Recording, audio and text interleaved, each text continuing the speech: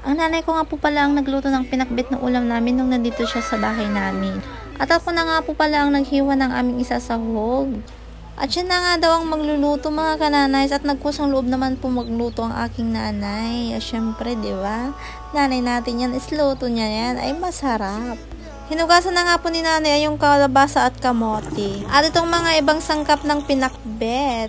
At nilaga ko muna yung pansahog niya mga kananay para naman po mas malambot at dyan na rin po kukuha ng pangmantika niya. Mas masarap po kasi mga kananay yung talagang mantika ng baboy ang ating gagamiting panggisa sa ating ulam. Ng Ilocano. O yan mga kananay, narinig niyo naman po siguro yung sinabi ng aking nanay na pakbat daw ng Ilocano. Pag ang mga nanay nga po natin ang magluto ng ating mga ulam mga kananay ay sobrang sarap nga po talaga at namimiss ko na naman po yun. At dahil nga ngayon ko lamang po ito i-edit tong video simula nung nandito siya at nagbakasyon dito sa bahay. Usapan nga po pala ng aking nanay 2 weeks po siya magbakasyon dito sa bahay pero 5 days pa lang po mga kananay ay napauwi agad kami sa Pangasinan. Dahil nga po may masamang balita kaming natanggap mula doon. At nag-message nga po sa akin yung pinsan ko mga kananays na namatay na daw ang kanyang kapatid.